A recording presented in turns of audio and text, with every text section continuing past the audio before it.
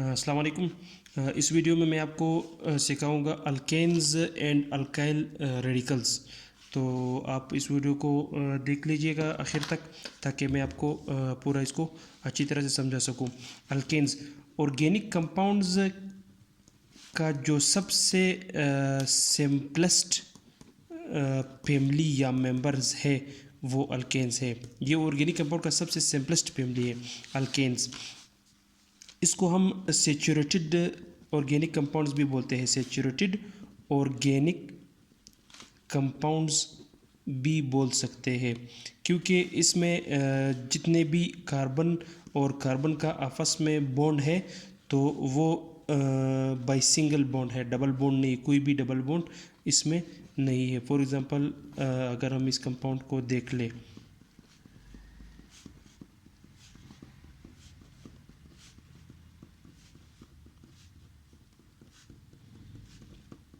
और इस कंपाउंड के आखिर में एक सुफिक्स यूज़ होगा जिसको ANE एन बोलते हैं। For example 1 carbon, 2 carbon, 3 carbon, 4, 5, 6, 7, 8, 9, 10 तक अगर आप देख ले तो ये मेथ जो भी अल्केन होगा तो उसके आखिर में सुफिक्स एन ऐड होगा। Methane, ethane, propane, butane, pentane,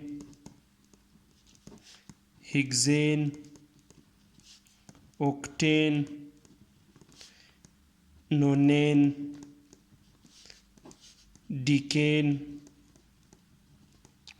तो ये सब की सुफिक्स में जो है वो ANE ऐड होगा।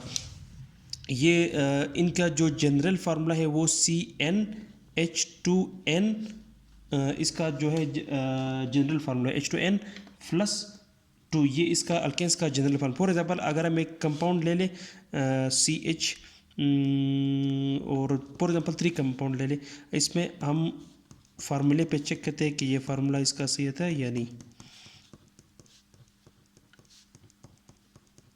N जो है ये नंबर ऑफ कार्बन एटम है, नंबर ऑफ कार्बन एटम को रिप्रेजेंट करता है। C3H2N की जगह भी हम 3 लिखेंगे प्लस 2। C जो है वो 3 है, 2 3 ज़ा 6 H6, और अगर हम उसमें फिर 2 ऐड करें तो ये C3H8, 1 2 3 4 5 6 7 8। इसी तरह अगर हम 5 कार्बन वाला को हम अगर देख लें तो ये होगा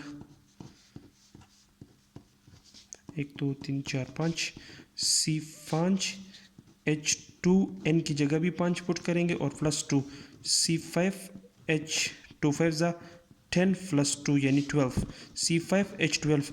यानी ये जो CnH2nOn है ये इसका जनरल फार्मूला है, और इसी से ही हम उनकी कार्बन और हाइड्रोजन की तादाद मालूम कर सकते हैं। और इसी तरह फिर सारे कंपाउंड हम बना सकते हैं, और इसमें फिर ब्रांचिंग भी पॉसिबल है।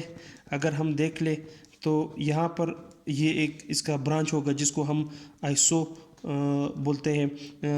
इसके साथ फिर और भी ब्रांचिंग हो सकती है। हम ब्रांच उसको ही कहेंगे जिसमें नंबर ऑफ कार्बन ज़्यादा होगा। ये बहुत ही इंपॉर्टेंट है और कंसेप्चुअल और कंफ्यूजिंग भी है। फॉर एग्जांपल ये कार्बन नंबर 1 2 3 4 5, ये यहाँ पर 5 कार्बन है, यहाँ पर 1 2 3 4। अब ब्रांच ये वाला है जिसमें कार्बन कम होंगे वो ब्रांच होगा, जिसमें कार्बन ज़्यादा होंगे वो स्ट्रेट चेन होगा। अगर कोई और कंपाउंड है उसमें C4 5 6 1 2 3 4 5, अगर यहाँ पर कोई और 1 2 3 4 5 6 1 2 3 4 5 6, अगर एक और कार्बन भी यहाँ पर एक्स्ट्रा कर ले तो अब ये वाला ब्रांच बिल्कुल नहीं होगा, क्योंकि इसमें कार्बन ज़्यादा है, इसमें कार्बन कम, तो अब ब्रांच ये कंसिडर होगा क्योंकि इसमें नंबर ऑफ कार्बन कम है। इसी तरह अगर हम देख लिए अल्काइल रेडिकल्स को, वो भी बहुत इजी है।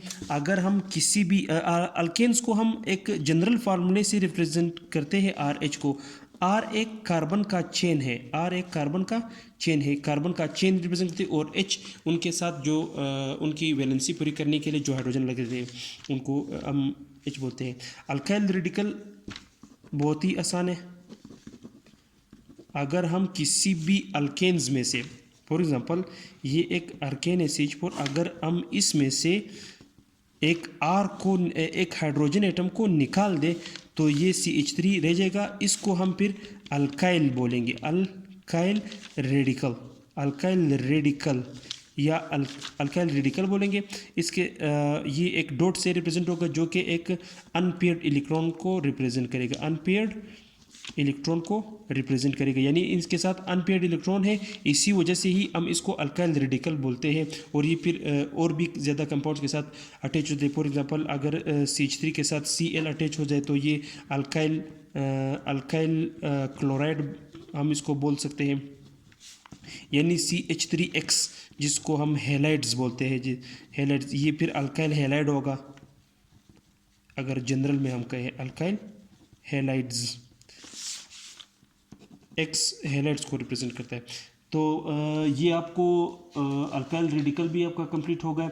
और जो अल्केन्स हैं ये जो है नॉन पोलर है, नॉन पोलर है, इसका रिएक्शन रेट बहुत स्लो है, रिएक्शन रेट बहुत ही ज़्यादा स्लो है, और ये सेचुरेटेड है, यानी सेचुरेटेड का ये मतलब है कि इसमें कोई और एटम ऐड नहीं हो सकता। और ये फ्यूल के तौर पर भी यूज़ होते हैं क्योंकि ये बहुत हाई एनर्जी देते हैं अगर इसका ऑक्सीडेटिव रिएक्शन हो जाए। फॉर एग्जांपल एक मिसाल मैं आपको देता हूँ, CH4 जो कि सिंपलेस्ट मेंबर है, CH4 मीथेन, और अगर इसका ऑक्सीडेटिव रिएक्शन हो जाए तो ये कार्बन डाइऑक्साइड +2H2O हमें देगा, और साथ में एनर्जी ये 891 kilo joule for mole energy release करेगा एट स्टैंडर्ड कंडीशन। तो इसका मतलब है कि अल्केन्स इसी वजह से हम फ्यूल के तौर पर यूज़ करते हैं क्योंकि ये जब ऑक्सीडेटिव रिएक्शन करते हैं यानी कंबस्चन अगर इसका हो जाए तो फिर ये हाई एनर्जी कंपाउंड देंगे। और हमेशा एक बात ऑर्गेनिक केमिस्ट्री में आपको नोट करना चाहिए कि कंबस्चन का प्रोडक्ट कार्बन डाइऑक्साइड और H2O ही होगा। अगर आपको कोई रिएक्शन दिया जाए उसमें एक ऑर्गेनिक कंपाउंड हो और एक ऑक्सीजन रिएक्ट कर रहे हो और साथ में आपको प्रोडक्ट कार्बन डाइऑक्साइड और H2O मिल जाए तो इस रिएक्शन को आप नाम दे सकते हो कंबस्चन रिएक्शन, यानी वो रिएक्शन जिसमें आसान अल्फाज में अगर हम देख ले जब हम ऑर्गेनिक कंपाउंड या फ्यूल को जलाते हैं उस रिएक्शन को हम कंबस्चन बोलते हैं। इसी तरह जितना भी कार्बन का चेन ज़्यादा होगा तो उतना ही फिर वो ज़्यादा एनर्जी हमें देगा। और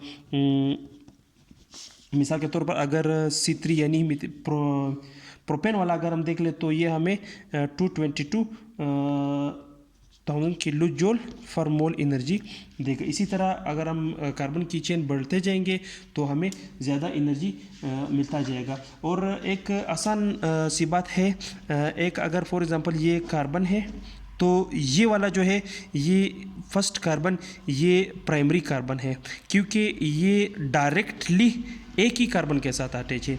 ये वाला जो कार्बन है ये सेकेंडरी कार्बन क्योंकि ये डायरेक्टली दो कार्बन के साथ अटैच होते हैं। अगर यहाँ पर भी एक कार्बन लगाया जाए तो फिर हम इसी कार्बन को हम टर्शरी कार्बन भी बोल सकते हैं क्योंकि ये डायरेक्टली 3 कार्बन के साथ अटैच है, नंबर 1, नंबर 2, नंबर 3। ये भी आप ऑर्गेनिक केमिस्ट्री में नोट कर ले ताकि फिर हम आगे आपके लिए आसानी रहे।